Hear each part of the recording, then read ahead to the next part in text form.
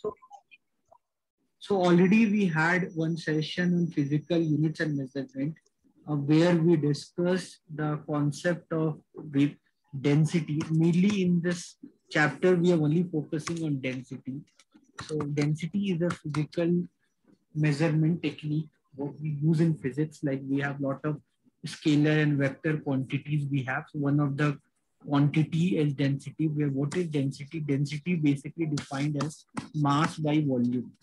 Okay, and when we talk about mass by volume as a unit for the density, so it SI unit already we have discussed. It SI unit is kg by meter cube, where its CGS unit is gram per centimeter cube. Already we discussed where the conversion part is important for exam point of view. 1 gram per centimeter cube. So if you multiply by 1000, you will get the value in kg per meter cube. While if you divide kg by meter cube by 1000, you will get the value in gram per centimeter cube. So this thing please remember, because normally the student normally get confused with this part. So you should be clear with this part. Okay, you should be very clear with this part. You will get definitely numerical in exam and you will make a mistake. So be clear. So density is basically mass by volume. So when we say here the formula of mass by volume, you know this relationship. Along with this relationship, you should never forget this relationship between 1 meter cube is equal to 1000 liter, 1 liter is equal to one Sir, decimeter cube. हाँ, 1 sir, आपका decimeter. screen froze हो गया. I'm not able to see anything. It's become full blank.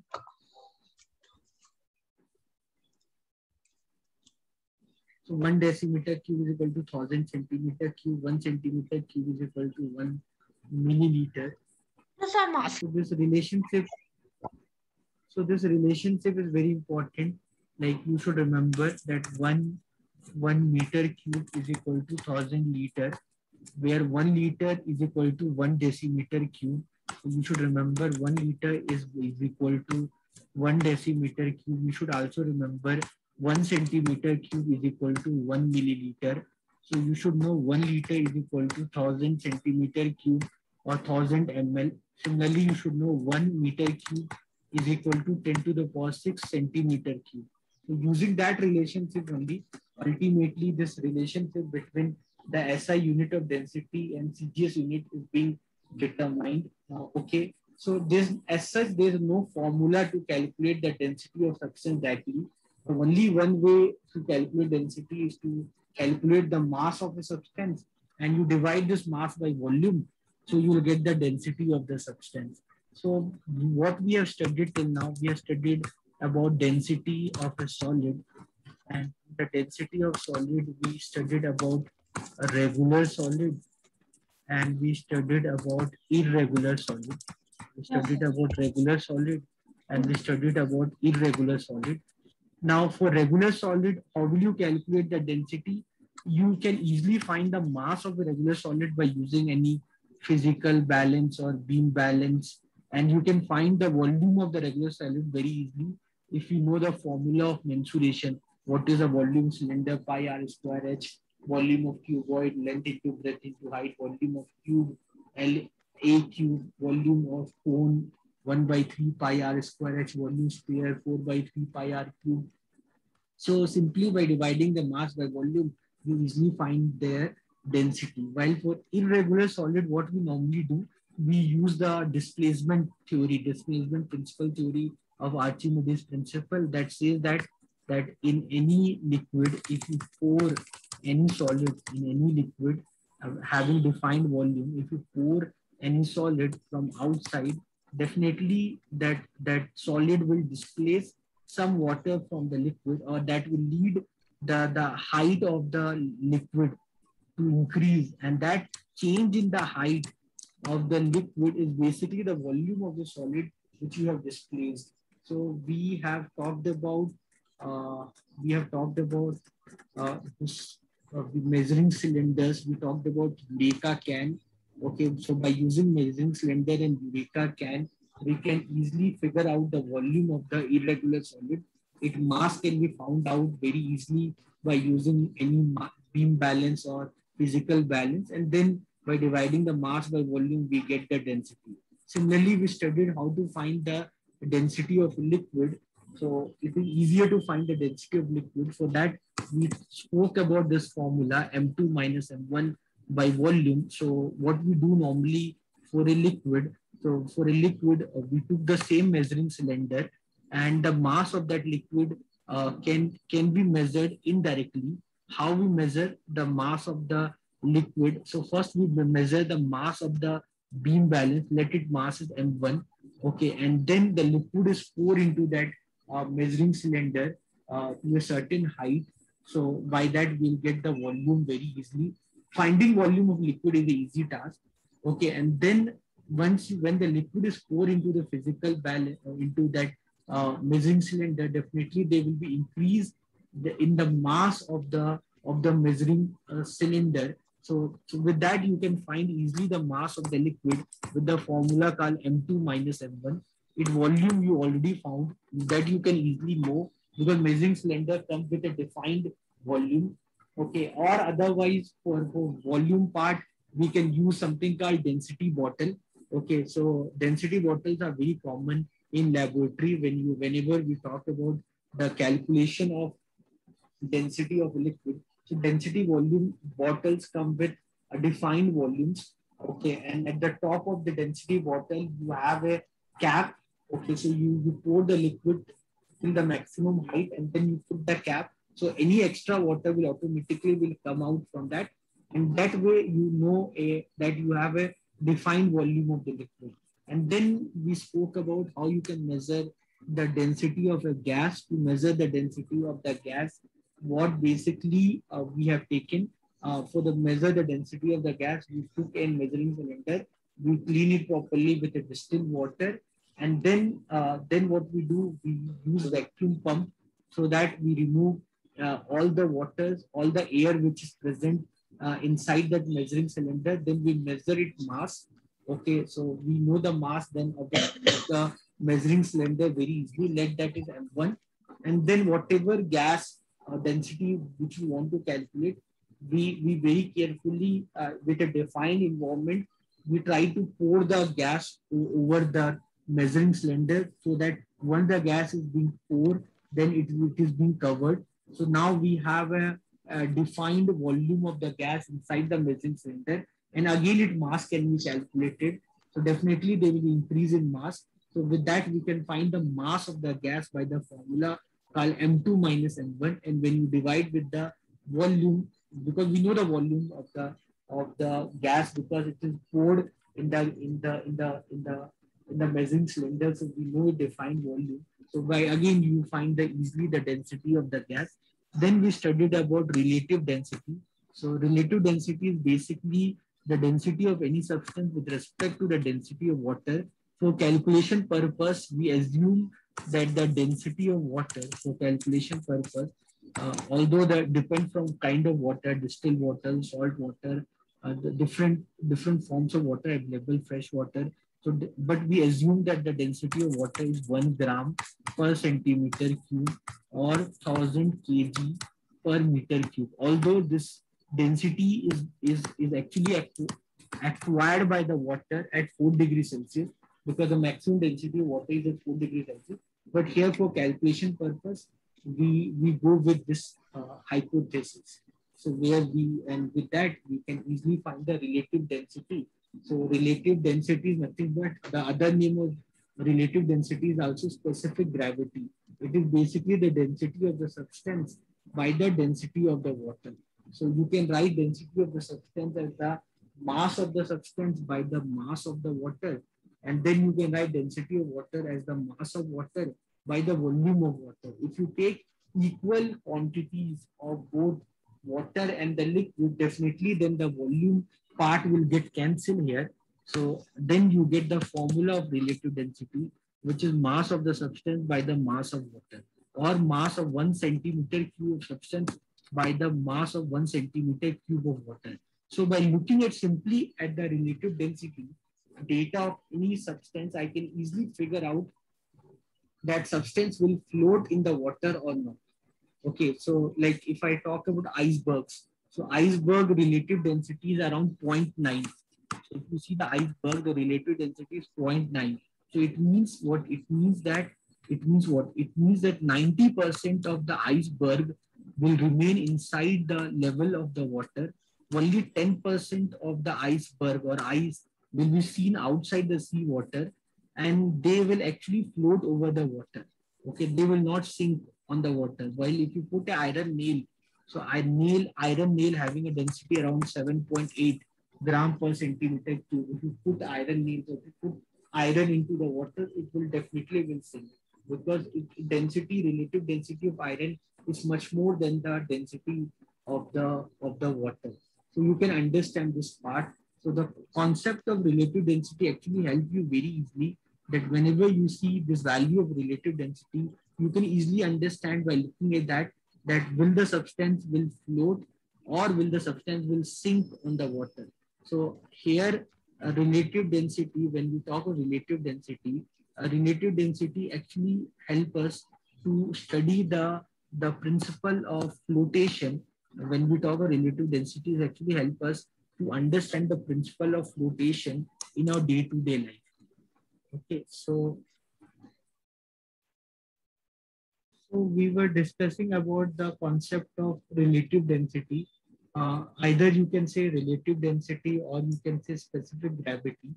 It actually help you to measure the principle of flotation. It actually help you to understand the principle of flotation or the principle of sinking whenever we talk about any substance with respect to the water. So it's not about water. If we get the data of any liquid with respect to any solid, we can easily decide that will that solid will float or will it sink on the liquid.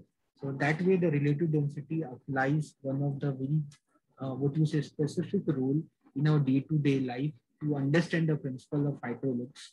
So when we talk a principle of flotation, it works on the concept of relative density or the specific.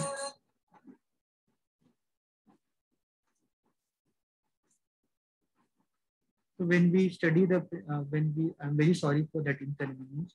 So when we talk about the principle of flotation, there we take the relevance of relative density or the specific gravity. So when we talk about any body, a body floats in a liquid only when its density is less than that of liquid, which I already mentioned to you. So the principle of flotation work on that logic only. I told you that an iceberg having a relative density of 0.9 gram per centimeter cube. So when you talk about iceberg, you heard of story that how the Titanic happened. So when you talk about iceberg having a relative density of 0.9 gram per centimeter cube, that iceberg, how that is not visible, although they are such a big in size, because generally for general perception in physics, we believe that the relative density of the seawater is 1 gram per centimeter cube.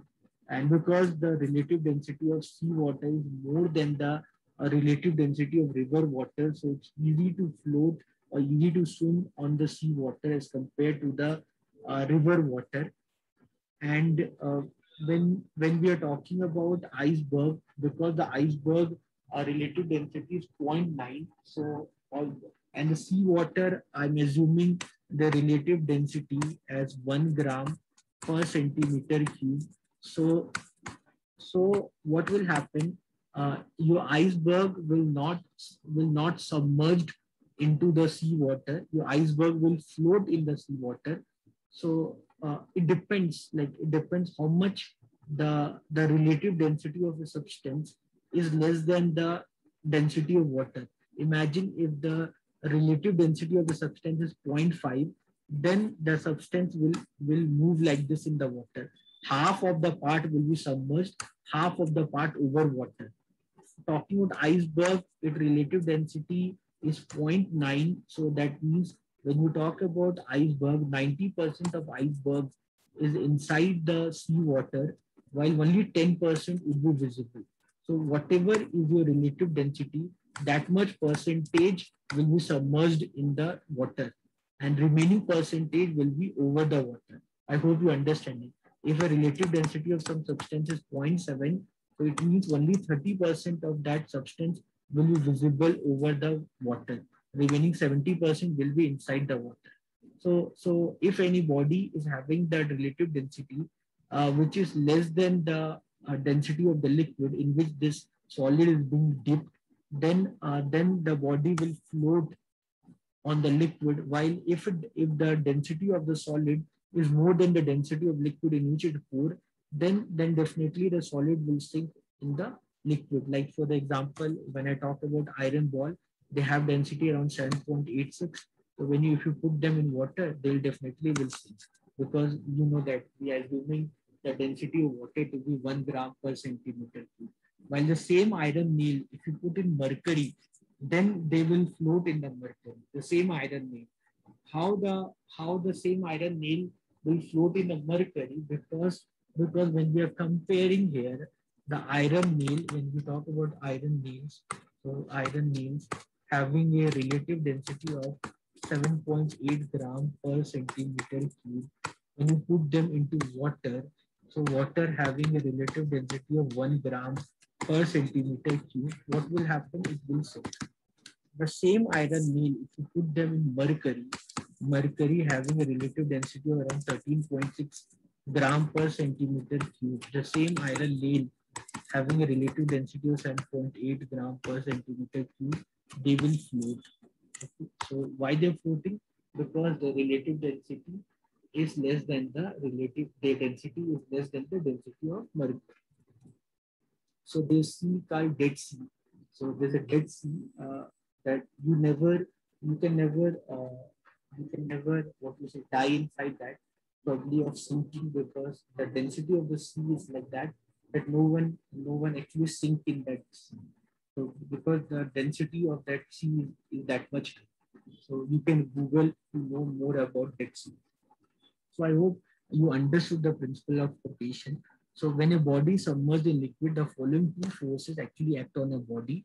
So one is the weight of the body, which is acting vertically downward. You know that mg. So any body, you know that there's a gravitational force. So force is equal to mass into acceleration. Newton's second law of motion.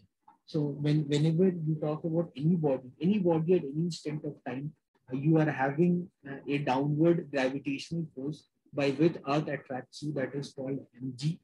Okay, and this force has the tendency to sink the body. So same thing, if you pour any solid inside the liquid, then gravitational force will try to put that solid inside the liquid, try to sink it, while there's another force called Bion force, which will act on the liquid, which work vertically upward.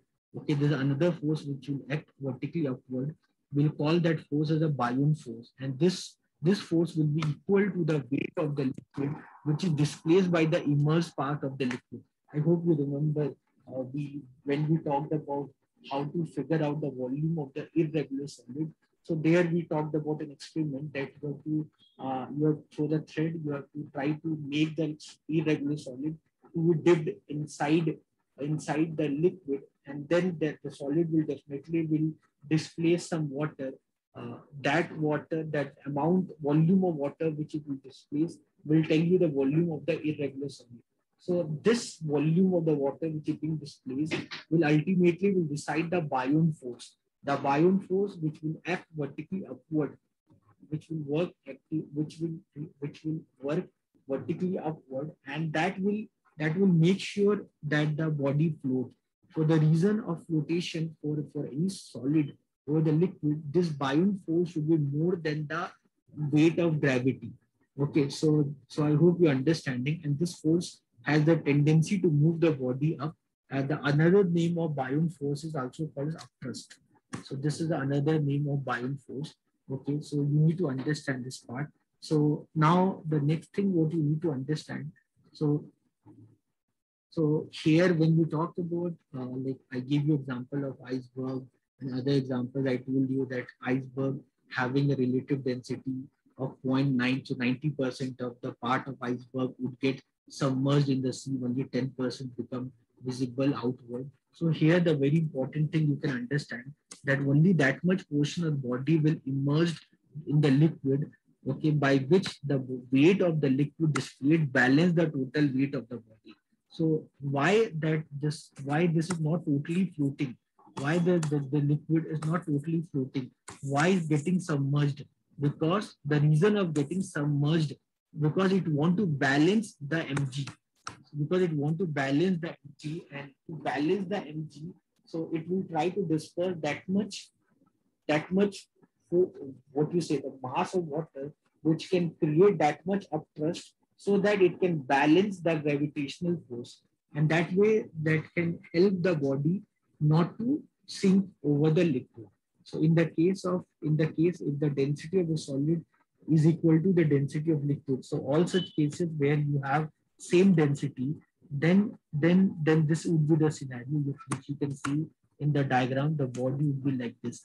The body will float, but exactly it won't be visible for you to observe that body outside the sea water or any other water forms what we talk about here. So in case if the density of the solid is equal to the density of liquid in which it is immersed, that it will float just inside the surface of the liquid. Okay, everyone. So any doubt, anyone? Any question you want to ask?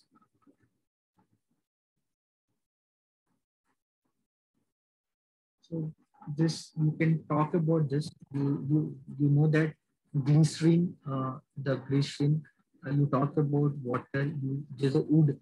So there's a wood which is put inside the water. There's a wood which is put inside glycerin. So you can see the difference. So density of wood is less than that of water in glycerin. So definitely the wood will not able to sink. But you can see the amount of the part of wood which is actually submerged, okay, which is actually submerged inside the water. You can compare that with the part which got submerged inside glycerin, because density of glycerin is more than that of water. So you will see less part of the wood is getting submerged inside the glycerin as compared to water, because density of glycerin is more than the density of water. Now, talking about the principle of flotation in your day-to-day life, you can talk about iron nails. So when you talk about iron nails, actually, iron nails don't float only; they actually sink. But if you have ships which are made of iron, so you know the ships easily move over the sea, because they are being constructed. The principle of hydraulics, what is being applied in such a way that there should be an appropriate hollow spaces uh, available in the structure of ship, so that hollow space is being filled with air, so that can actually reduce the average relative density of the ship below the value 1. Then only the ship can float over the sea water. Okay, and then I told you it is easier to swim in the sea water than the river water. Then I talked about the concept of iceberg. Okay, then I'm talking about submarine. So when you talk about submarine, when you talk about whales, so both work on the same concept. When you talk about submarine or you talk about whale, so whale have a body part called swim bladder, so which they'll fill with air. So whenever they want that they want to come out of water, because I hope if you study biology, you know that. So whale as a fish, whale is a mammal. First of all, whale as a fish, if the whale want to come out, okay, if you want to swim on the top of this surface of the sea, whale can easily do it, because whale have this swim bladder. So they'll fill that swim bladder with air, because of which their relative density will decrease, and automatically they will reach the top. And whenever they want to go again deep inside the sea, they'll remove the air from their swim bladder, and again they can easily go down. Same way the submarine also work. So when you talk about submarine, so the submarine have a water tank. Okay, so to make the submarine dive, the water tank are filled with water, so that the average density become greater than the water, and then it sink. And to make the submarine rise again, the water tank are intact. I hope you understood this. Then you heard of hydrogen or helium balloon, which is very common among children. So you have seen the cases that we use them, because hydrogen, helium, their relative density is less than of the air. So when we put them inside balloon, they can easily go rise up. So that is being used. You've seen from childhood.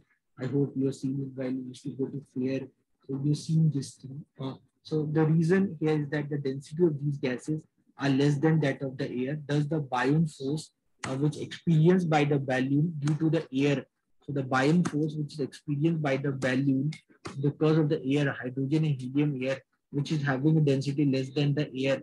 So because they experience that Bion force, so this Bion force which works on the principle of displacement when you talk about solid which is poured inside the liquid.